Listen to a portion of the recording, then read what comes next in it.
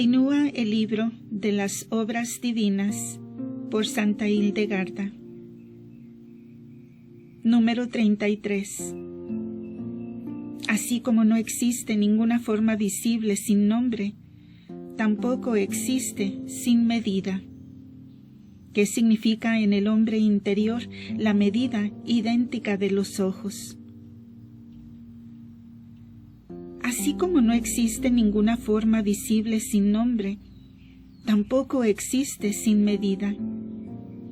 Por esta razón, ambos ojos del hombre tienen medida igual y sus órbitas son iguales en su circunferencia. Dios ha separado las virtudes de los vicios, las obras santas de los pecados, igual que ha distinguido una de otra sus criaturas, que son conocidas por el hombre por sus formas y sus nombres, para que el hombre, con la prudencia, como con los ojos, vea de lejos todos los bienes y al considerar sus buenas intenciones, tenga discernimiento sincero y equilibrado, para no precipitarse en el abismo si traspasa los límites de la medida en el bien, o al revés, para no destruirse completamente en la desesperación si experimenta el exceso en el mal. Número 34. El juicio del alma racional tiene que premiar el bien y castigar el mal.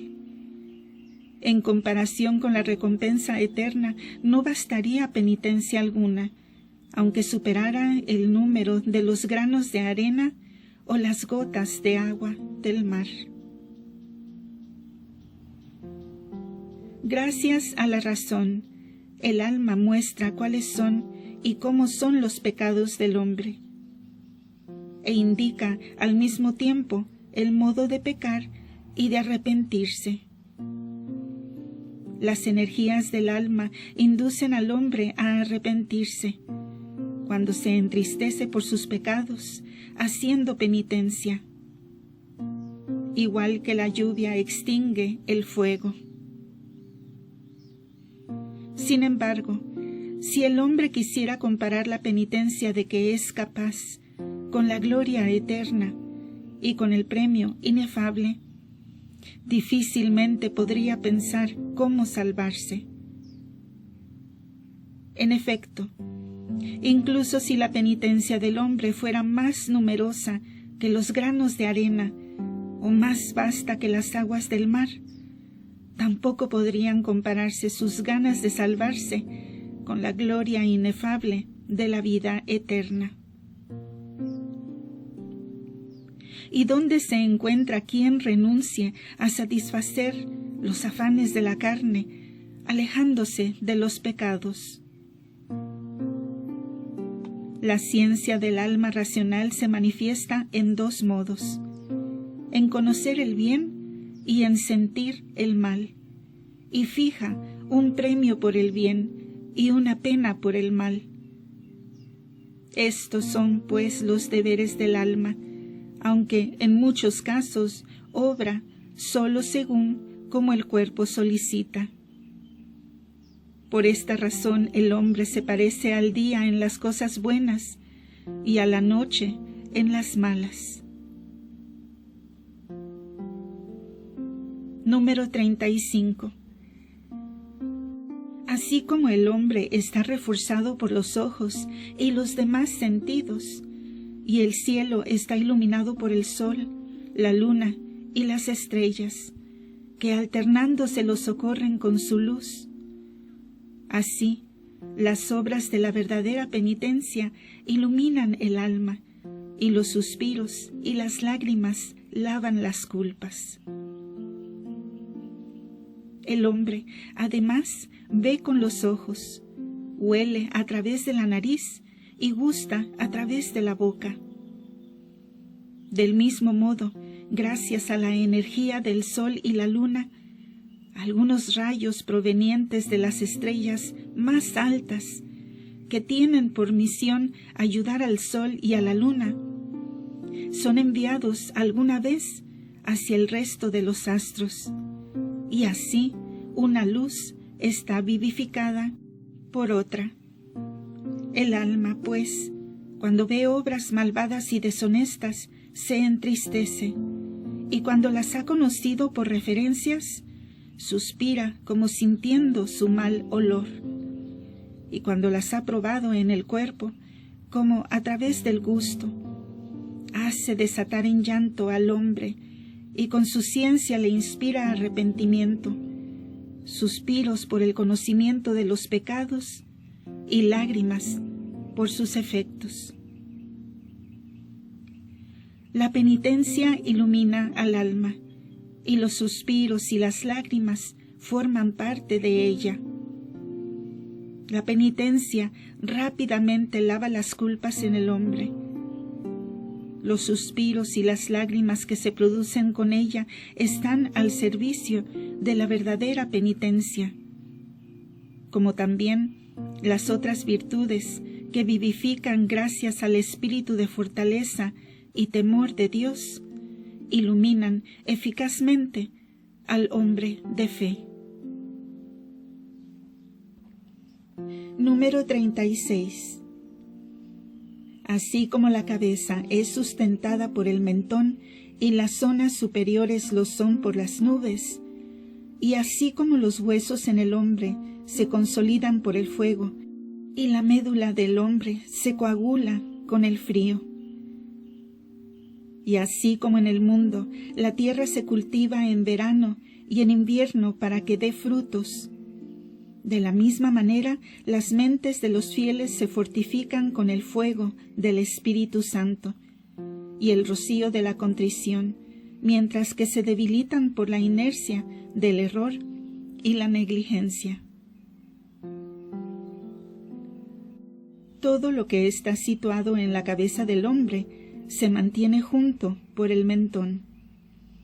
Igual que todos los elementos de los que se ha hablado están sustentados en su lugar por las nubes, lo que quiere decir que las mentes de los fieles alcanzan estabilidad al obrar bien y logran los bienes celestes perseverando en él. El calor corresponde en el hombre a los huesos y el frío a la médula, porque el alma cuece con el fuego los huesos y la médula se coagula con el frío que se induce en su cuerpo. Así, el verano y el invierno ponen a prueba a toda la tierra, de modo tal que sus frutos son coagulados en la semilla bajo tierra a causa del frío del firmamento, y se deshacen a causa del calor. En efecto, el calor del sol y la humedad de las aguas se unen y se mezclan en las nubes, de modo que cada fruto de la tierra se regula y fortifica por ellos. El calor del sol y la humedad de las aguas cultiva toda la tierra y la hacen productiva y perfecta, como el alfarero en el torno modela a la perfección sus vasijas. Ambas fuerzas se unen una a otra y con las nubes, de manera tan indisoluble que nunca, antes del día del juicio, se consumirán o se separarán, entrando o saliendo, o dispersándose por aquí y por allá. También el alma en el hombre se fortifica para cumplir el bien gracias al fuego del Espíritu Santo, mientras que se debilita por el frío del entumecimiento y la negligencia. El fuego de la fortaleza y el arrepentimiento de la mente del hombre, uniéndose el uno a la otra, producen buenos frutos en el hombre. Lo fortifican para toda obra fructuosa y lo disponen para que no se aleje nunca del servicio y del amor de Dios. Y si el hombre cae en la desgana, en el aburrimiento nacido de los pecados, esta misma desgana frenará sus pecados lo mismo que el fuego se ahoga a causa del humo denso y no puede arder con toda su fuerza.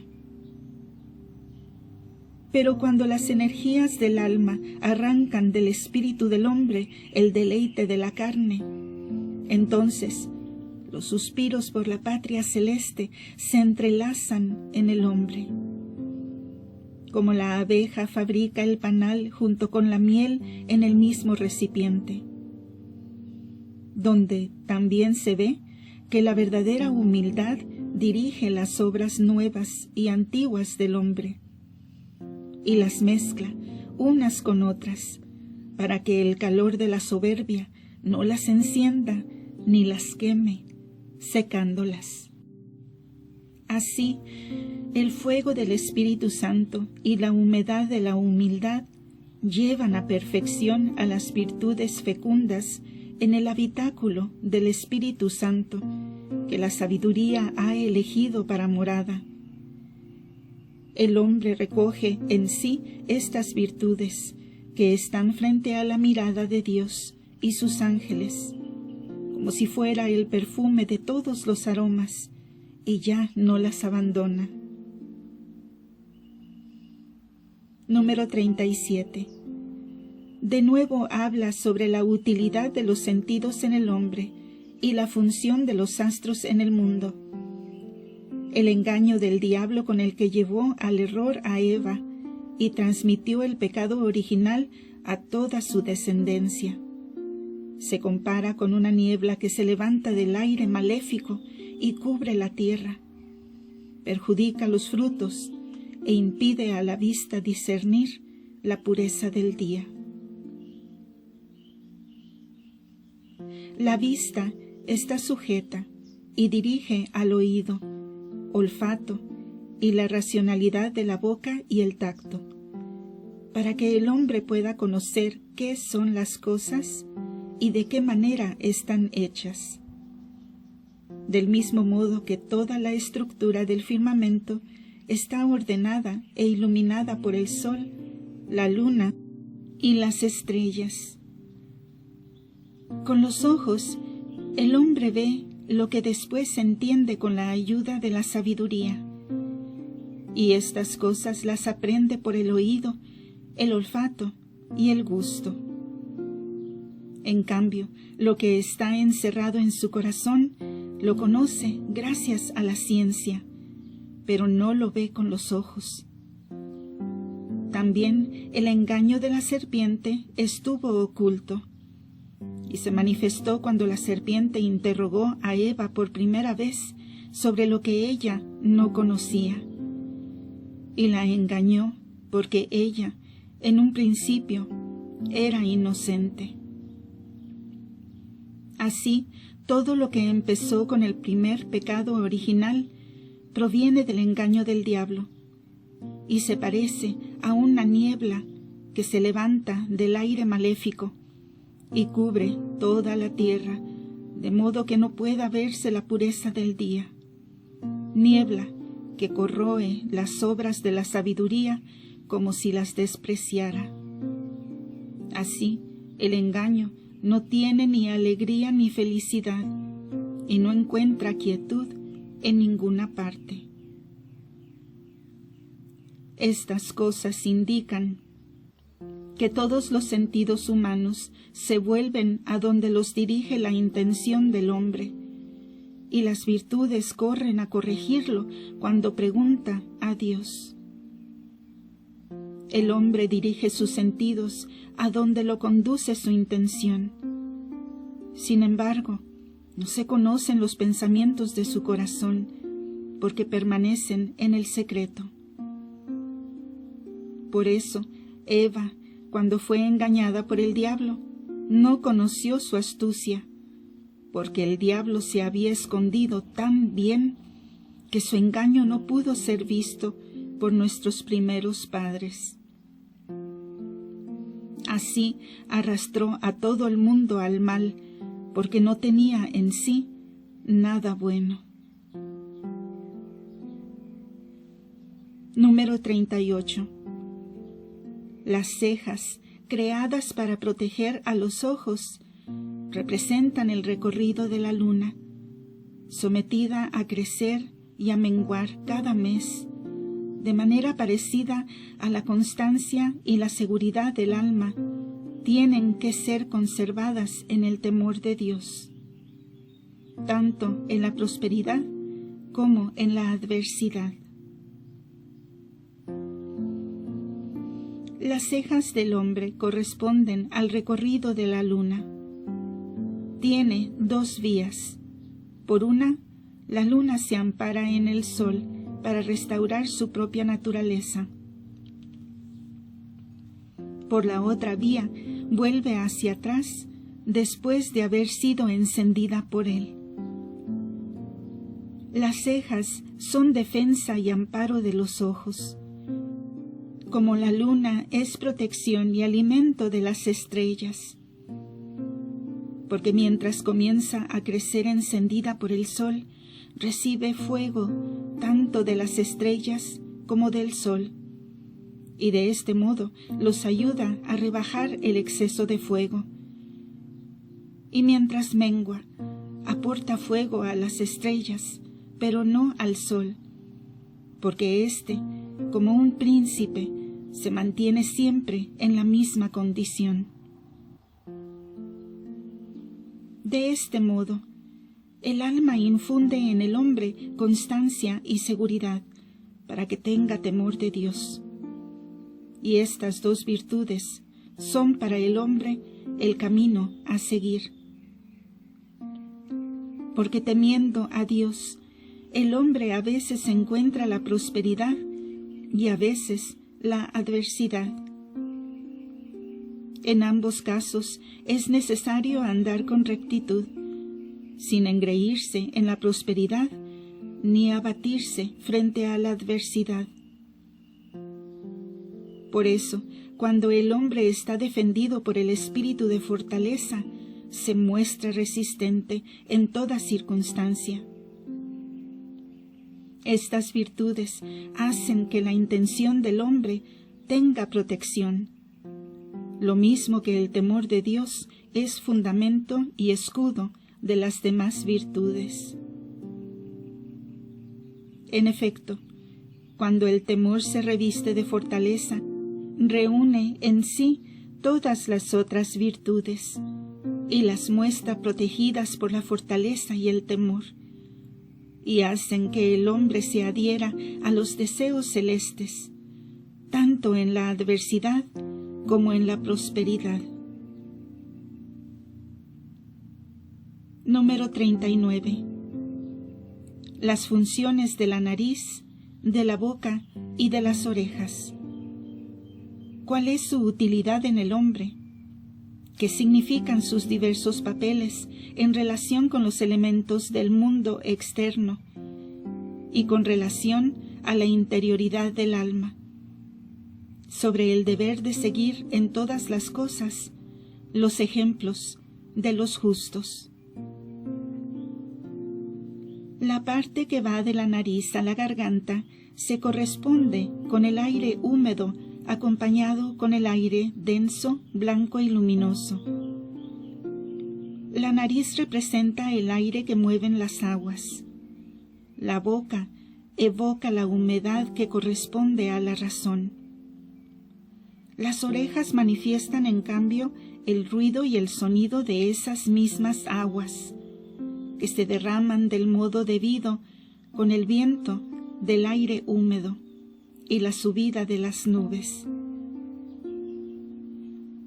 El oído que está en la oreja suscita movimientos en el hombre, del mismo modo que el sonido de las aguas superiores penetra los elementos.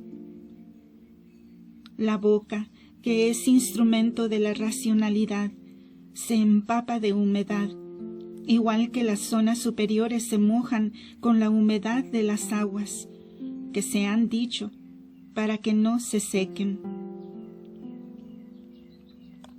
Las narices se saturan de olores, igual que el aire pone en movimiento a las aguas. El hecho de que la nariz en el punto más alto de su longitud, apunte para arriba, significa que este aire, que está húmedo, transmite sus humores a la pureza del éter, que está sobre de ella, y al ardor del fuego superior. Y a cambio recibe de estos elementos equilibrio de fuerzas, para no disiparse y disolverse, refluyendo en todas las direcciones. Por la nariz se purifican el cerebro y las venas, porque también los elementos a veces, al agitarse, se purgan abundantemente con humedad y humo. En efecto, como ya se ha dicho, el éter puro está invadido por la humedad del aire húmedo. Lo mismo que la penitencia se ilumina con las obras y los ejemplos de los justos. Y lo mismo que el oído que está en las orejas, donde las palabras resuenan, comprende los discursos de la ciencia. También el aire del olfato y la humedad de la racionalidad que está en la boca se unen en una sola cosa. Del mismo modo que el agua fluye y resuena al mismo tiempo e invade toda la tierra con su humedad, análogamente el aire húmedo impregna los elementos superiores. La respiración del alma sigue un camino recto por la nariz y por la boca. No sube y no baja más allá de sus límites. Lo mismo que el aire húmedo mantiene sus recorridos en el modo establecido. Todas estas cosas indican que el alma, regalo de Dios al hombre, con el intelecto que distingue el buen olor, aprecia intensamente los ejemplos de los justos, que la comunicación de otro transmitió al intelecto con la fecundidad de las palabras. Y luego sacude las profundidades del corazón, hasta el punto que, invadido por la gracia del Espíritu Santo, retiene con todo deseo el olor de las virtudes. Por esta razón, la templanza, al recoger el perfume de la beatitud y al considerar las obras que los fieles llevan a cumplimiento, ya sea perseverando en el bien, ya sea alejándose del mal, gracias a la penitencia, las confía a la potencia de Dios para que no se disuelvan por falta de moderación. Porque la ciencia del hombre, purificada por la perfumada templanza, lo hace resistente en el bien en todas las circunstancias. Por otra parte, cuando se pronuncian palabras verdaderas y santas para edificación de los fieles, a menudo se suscita la penitencia con auténticos gemidos.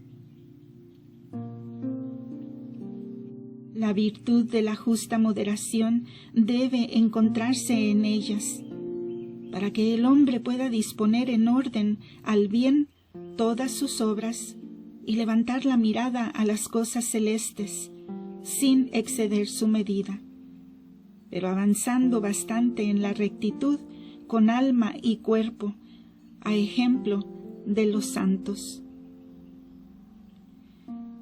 Como en el aire húmedo hay un soplo que cuando desciende sobre la tierra con la humedad del rocío, regula la fecundidad y el secarse de los frutos, la fecundidad en verano y el secarse en invierno. Y como de este soplo reciben fuerza los frutos de la tierra, así por la boca se nutre todo el cuerpo del hombre.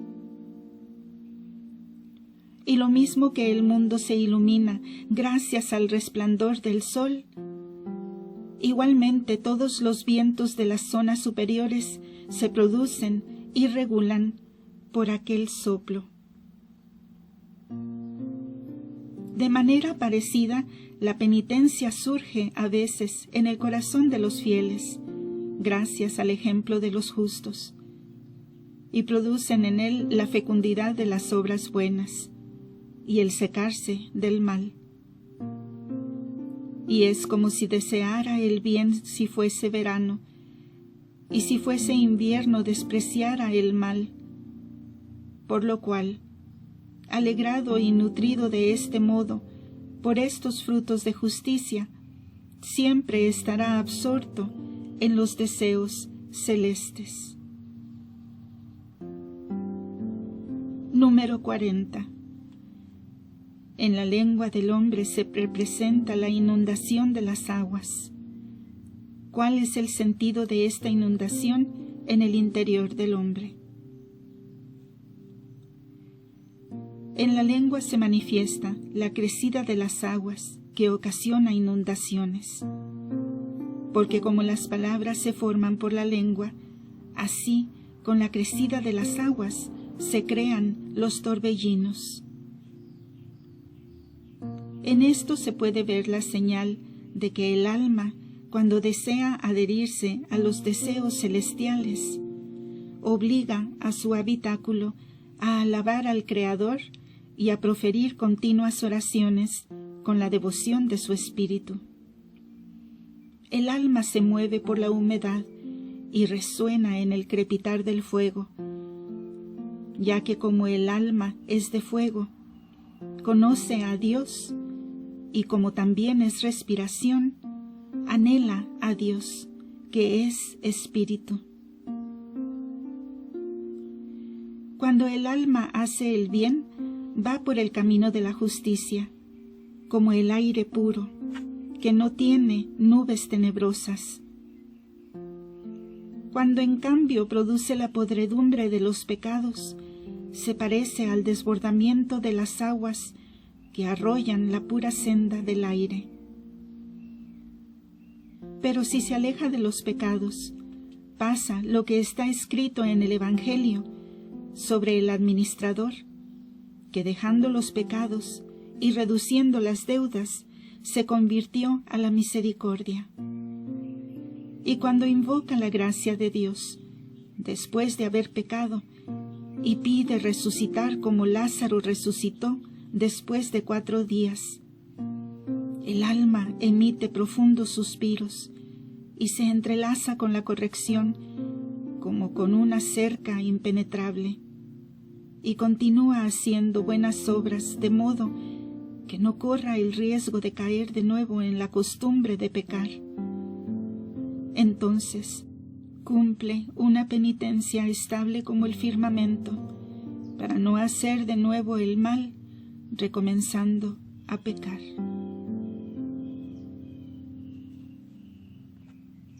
Número 41. ¿Qué aspectos de la virtud y la fortaleza se expresan en nosotros a través de los dientes, que no están vacíos como cuevas y no tienen médula? Los dientes se muestran en cambio como el dique de aquellas aguas que es fuerte y firme como los dientes. Es decir, son como el aire denso, blanco y luminoso, que contienen a estas aguas para que no fluyan superando sus límites. Por esto se ve que el alma fortalece y mantiene sus límites la mente del hombre con la gracia de Dios, para que no tienda a dispersarse demasiado a causa de los malos pensamientos, ni atraiga voluntariamente a sí los deseos ilícitos que actúan en el hombre casi como una tempestad a causa de los pecados. Las energías del alma son como una medicina que cura si el hombre practica la penitencia. Los dientes no están vacíos como cuevas y no tienen la flexibilidad de la médula, porque no están revestidos de carne. En cambio, se han consolidado y acartonado debido al cerebro y las estructuras del cuerpo humano, establecidas según el orden del firmamento, Los dientes se endurecen a causa del calor y de la humedad de la cabeza. Esto indica que el alma racional, siendo vida infinita e inmutable, no aumenta con el desarrollo del cuerpo, ni disminuye por su debilidad, porque el alma es respiración de Dios omnipotente, que ha creado admirablemente por su verbo a todas las criaturas ordenadas en su presciencia. El alma mueve visiblemente el cuerpo en el que la ha infundido invisiblemente la potencia de su Creador, y permanece invisible dentro del cuerpo, vivificándolo. Del mismo modo que Dios ha creado a todas las criaturas puestas al servicio del hombre, con la fuerza invisible de su poder, utilizando la energía fecunda de la tierra y el calor del aire, y también la humedad del agua. También ha procurado al alma un vestido, es decir, el cuerpo, desconocido y extraño a su naturaleza.